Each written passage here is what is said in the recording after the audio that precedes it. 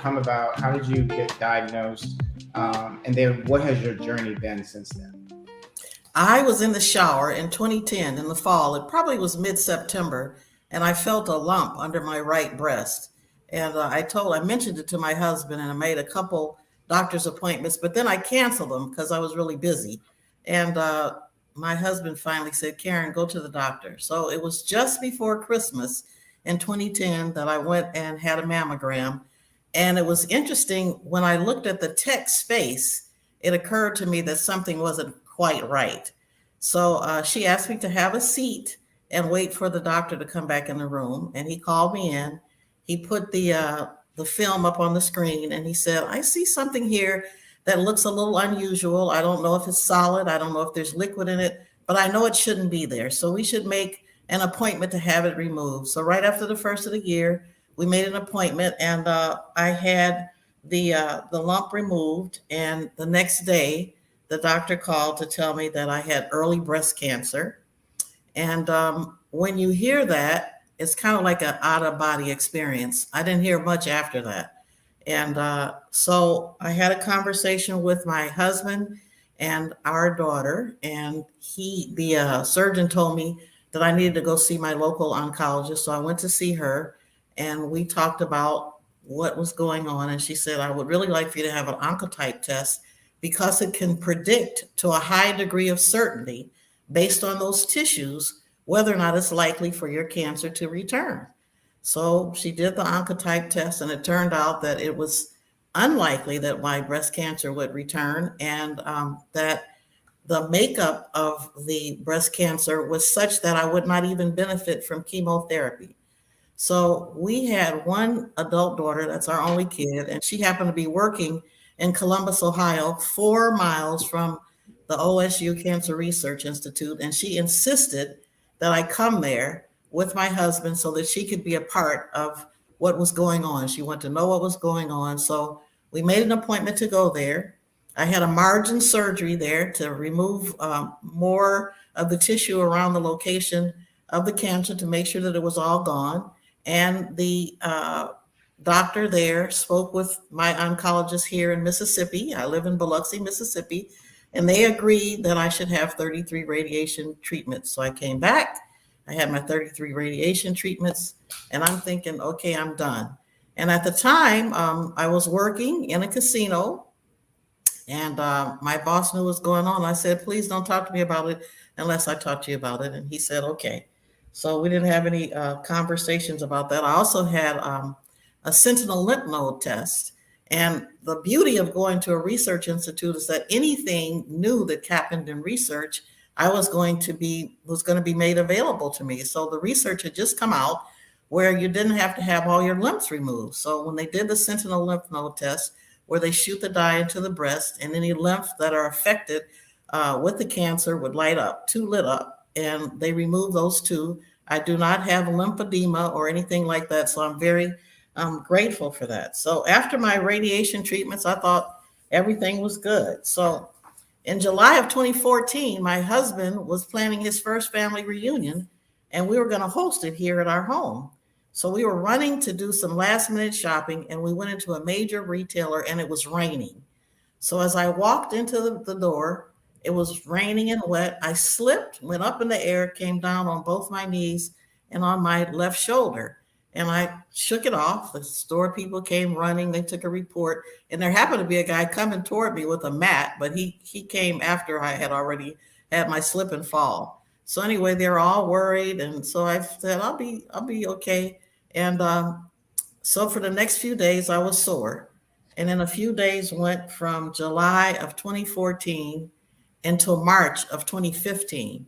I went to my primary care doctor a couple times. There were multiple x-rays, and he didn't see anything. Karen, there's no broken bones. I don't see anything unusual. So finally I said, there's something wrong here. So he sent me for an MRI. And when I came back to get the results, the color had left his face. And he said, Karen, I am so sorry. He said, you either have a very bad infection or your cancer has returned. You need to go see your oncologist right away. So I went to see my local oncologist, Dr. Allison Wall, who's I love her. I have her cell number. I text her. She texts me. So we're very good. So I go to see her, and she says, "I'm going to send you for a biopsy." So she sent me to the hospital. They did a biopsy, and there was also a spot on my right hip. So it turns out that I have metastatic breast cancer. And honestly, I had never even heard the term metastatic prior to my diagnosis. So I come home, have a conversation with my husband. Dr. Wall says, "I want you to see the neuro-oncology surgeon, and I want you to go and see this reconstructive surgeon." So my husband and I go to both appointments, and he said, "Karen, we need a second opinion." So we went back to the Research Institute in Columbus, Ohio. And there we met with an oncologist and a neuro oncology surgeon. And that surgeon said, so the local person in Mississippi said, "I think you need to start radiation and chemo right away. And we're going to remove the vertebrae in your neck that has been affected by this tumor. We're going to put a fake one in, rack it with titanium." And I said, "Have you done this before?" And he said, "Rarely." So I said, "Thank you." So we go to the Research Institute in Ohio, and the oncologist said, "I'm going to start you on a tablet called letrozole." And I've been taking that letrozole ever since. And then I went to see the neuro-oncologist, and he said, "Karen, I'm a surgeon. I would love to operate on you. However, you're young." And at the time, I was 60 years old. "You don't have diabetes. You don't have heart disease. I'd like you to take a journey with me." And I said, "Well, I'm a betting woman, so we could take a journey." He said, "I'd like to see what the medicine does and what the cancer does. And I want you to come back in 3 months." So I went back in 3 months, and the tumor had begun to shrink.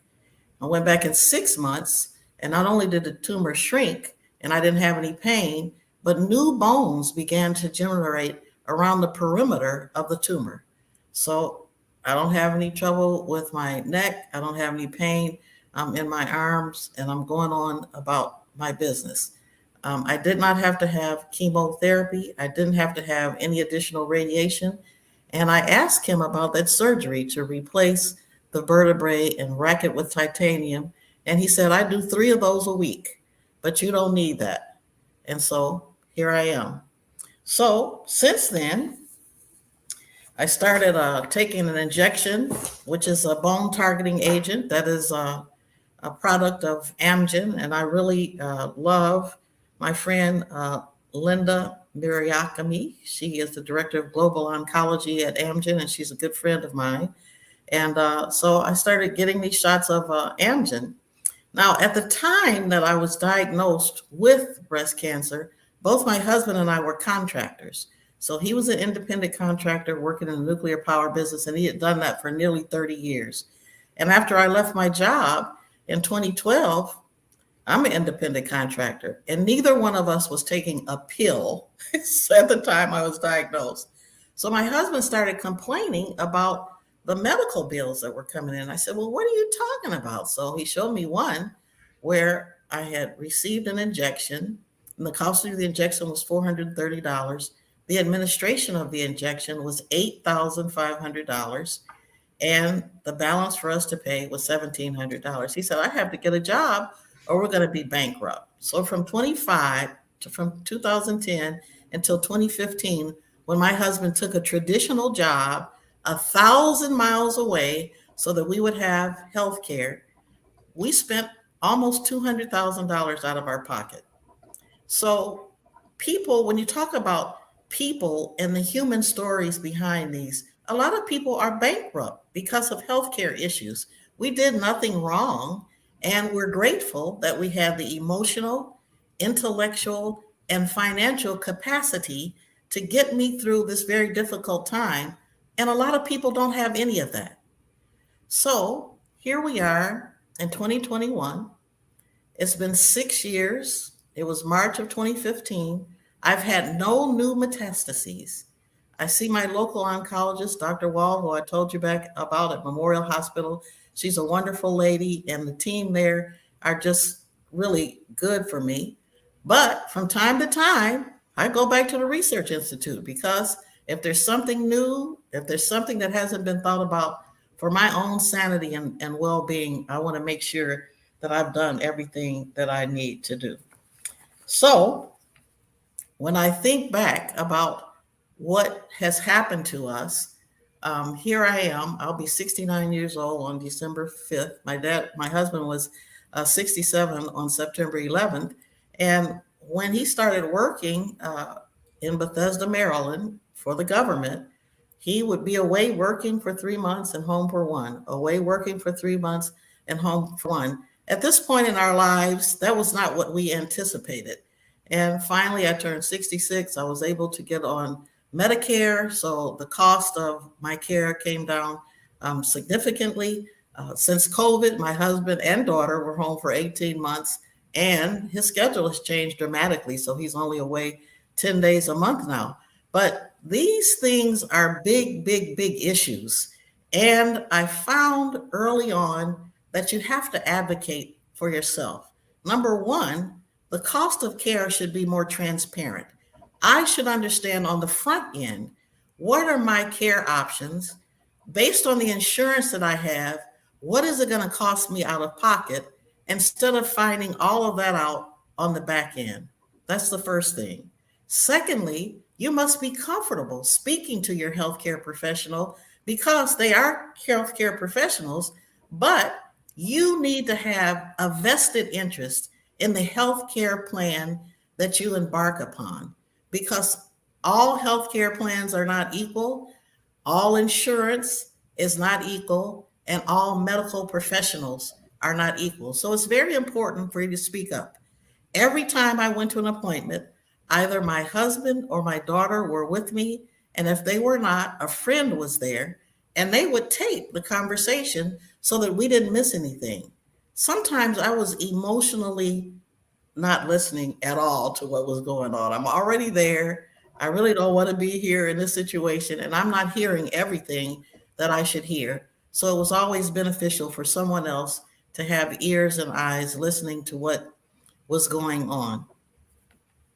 When I think about how I got through this, I don't know that everyone thinks about their family first, but my husband and daughter are my champions. They're my ride or die. They watch me like a hawk. They make sure that they're with me when I go to any medical treatment. If there's anything different going on with the way that I'm feeling, they'll ask me questions and make sure that we make appointments quickly to go to the doctor to find out if there's anything new going on. We walk together. I usually walk 4 days a week, 2.5 miles at least. I'm very conscious of what I eat. I make sure that I take my calcium supplements and I take my vitamin D supplements to help support my bone health. And I'm pretty good. One thing that has gotten me through is that I have faith that there's going to be a cure for breast cancer. And no matter how difficult it is for me, I like to put on a face of grace to the public so that people know, yes, it's a difficult time, but I'm still living. I'm still here. I'm still hopeful. I believe that this is going to be all right. And if it's not okay, I'm going to make the best of it as long as I'm on this journey. So that's the way I think about it. I have a wonderful dad. He'll be 90 years old on October the 19th, and I'll be celebrating his birthday with him. He still lives independently. I have a wonderful husband and daughter. I have a close knit group of friends, and I have 2 sisters and 2 brothers, and sister-in-laws and nieces and nephews, and they all rally for me. And that means everything in terms of keeping my spirits high and helping me to recognize that life goes on. You can get run over by a car. I haven't so far, so I'm grateful for that. I'm really sensitive about making sure that I'm wearing sensible shoes. I love high heel shoes, and I have a lot of them. So I've given them to my nieces, and they enjoy them now. So I have to be careful about wearing my shoes and making sure that I don't put myself in a position to fall because my bones are at risk. I think that it's just really crazy for people to be bankrupt because of their health care. So my new normal is I have a commuter husband, telling my story for the first time. At first, I didn't talk about it, but when I did talk about it, finally, it was very liberating. And people would come up to me each time and say, you know, what you said gave us hope. My husband is going through such and such a thing. So I realized that to be able to talk about it was really meaningful and helpful for others. I live in Mississippi, and a lot of women here are church going, very faithful women, and they're trained to be young from young ages to keep things private. So we don't necessarily have big conversations about breast cancer, but that's slowly changing. And you talked about leaders in the community. Sometimes there's formal leaders and there's informal leaders. And if those informal leaders who people admire in the community speak up and say, I'm going through something and I want you to know about it and I want you to learn from it, I think it makes a big difference. What else has happened in my life? I always have a fan handy because I have hot flashes. I have a fear of falling. I had to give up my high heel shoes. A lot of women don't want to talk about it, but there's intimacy issues that you need to discuss with your spouse or your significant other. You need to pay attention to your body and any changes that take place in your body. And you need to have a village. You need to be involved. Since I was diagnosed as breast cancer, I think I talked about Linda. I have friends at Coleman, Liz Grays, Dr. Stephanie McCoy, Dr. Kim Johnson, who runs the African American Health Equity Initiative. I'm involved with the Associates in Science on their communication committee that's led by Cheryl Jernigan. Then I have a good friend who used to be a leader for the Coleman affiliate in our area, and now she's at the Department of Health Partnership for Comprehensive Cancer Control, and that's a big deal. Her name is Catherine Young. And then there's Elaine Hare, who is also executive director at our affiliate for Susan G. Komen, and she is a friend. I talked about my doctor, Allison Wall, and the team at Memorial Hospital here. Dr. Ehud Mendel and Dr. Robert Wislowski are the doctors that took care of me when I go up to Ohio State University Cancer Research Institute. So that's my story.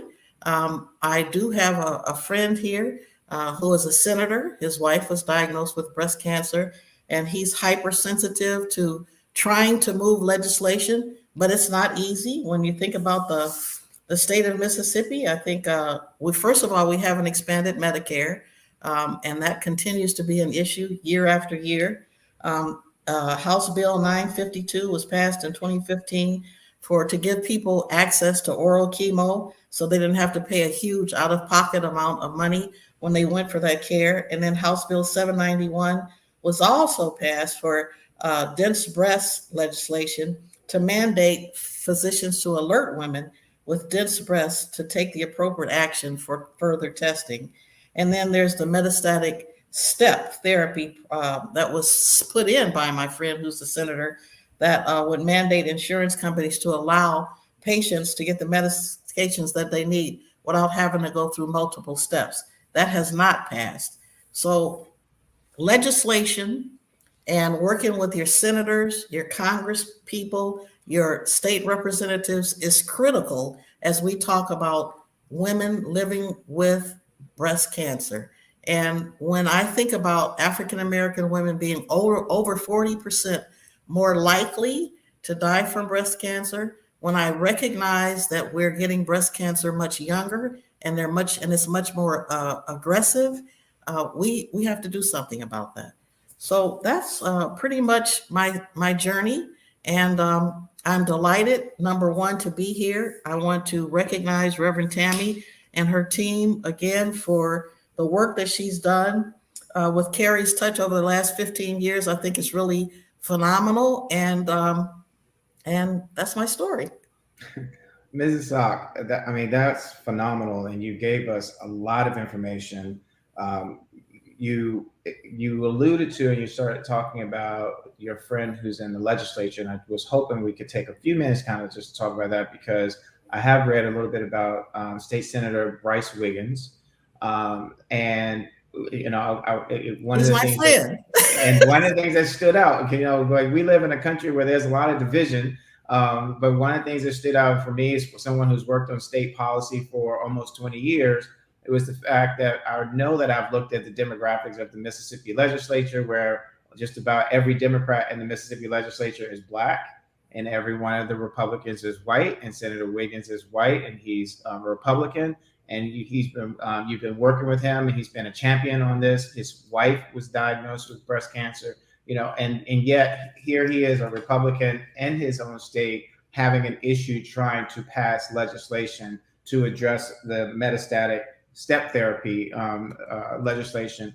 I was wondering, what was it like for you, because he's your friend, in terms of talking with him? Because what we also want to do is tear down maybe some of the stereotypes or even fears that advocates may have in terms of working with their legislators. What were you already friends with him, or did you go to him with this after you were diagnosed with breast cancer? I had a relationship with him because myself and another woman who's white, we lifted up a statewide program to educate eighth graders. We created a hands-on interactive career exploration experience for eighth graders, and it started here on the Mississippi Gulf Coast.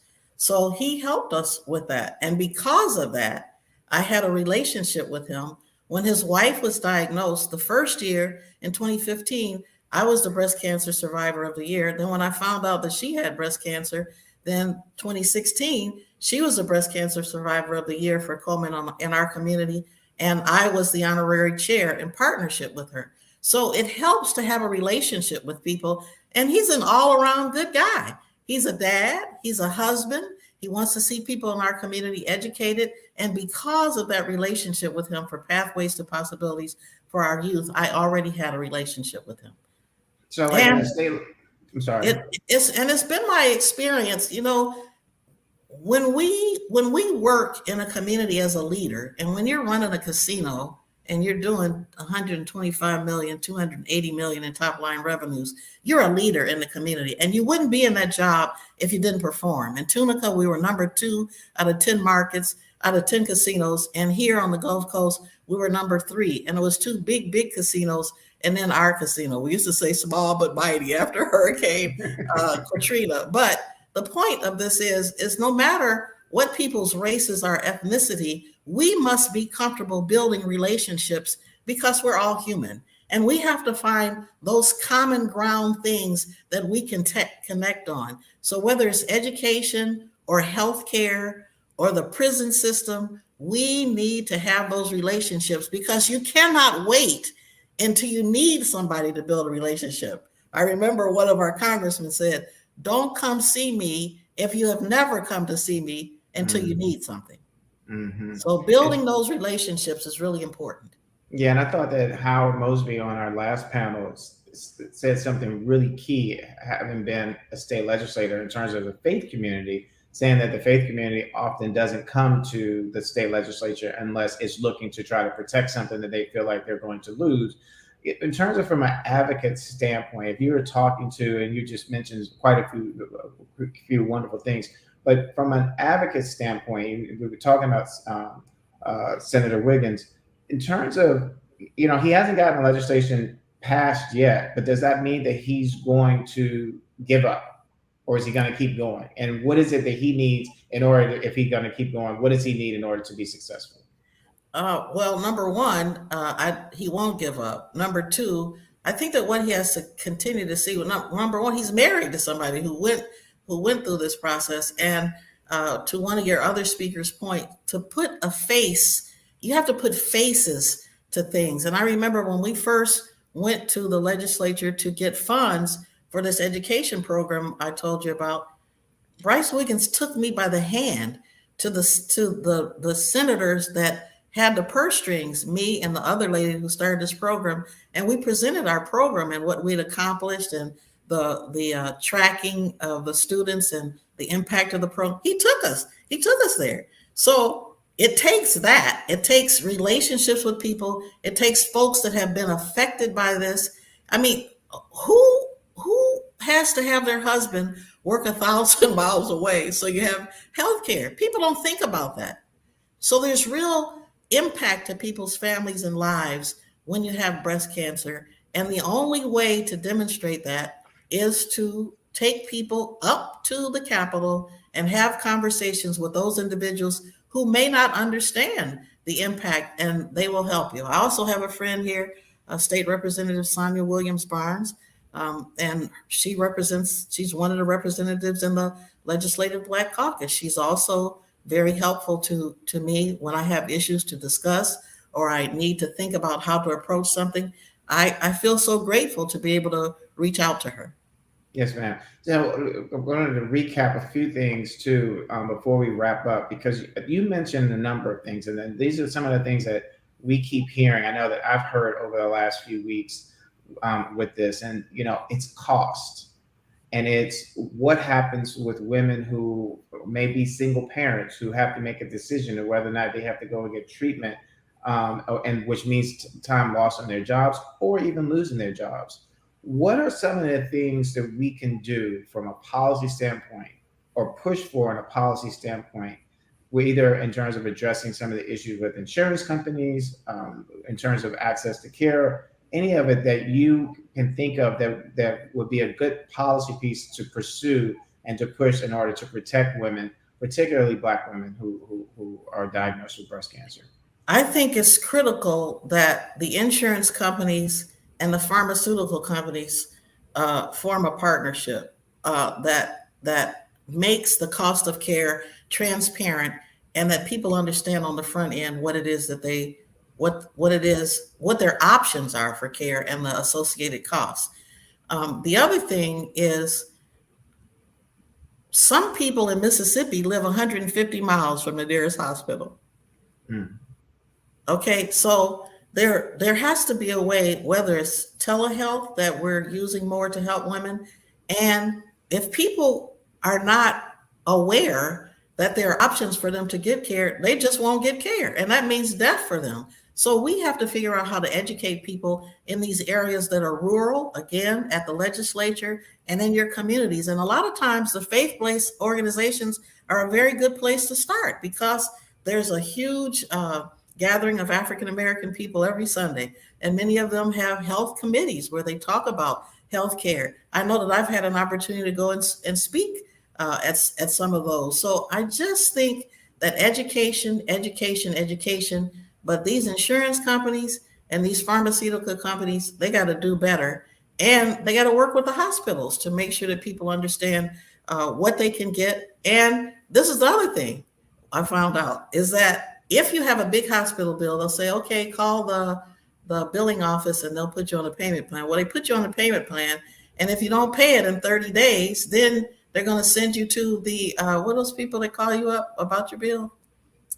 The third parties, they send you off to The collection agency. Collection agency. So now you're sick, you're trying to pay multiple bills, and you got people calling you up on the phone harassing you. That doesn't make any sense. Yes, so to your point, the medical providers, the insurance companies, and the pharmaceutical companies have to get together and do a better job.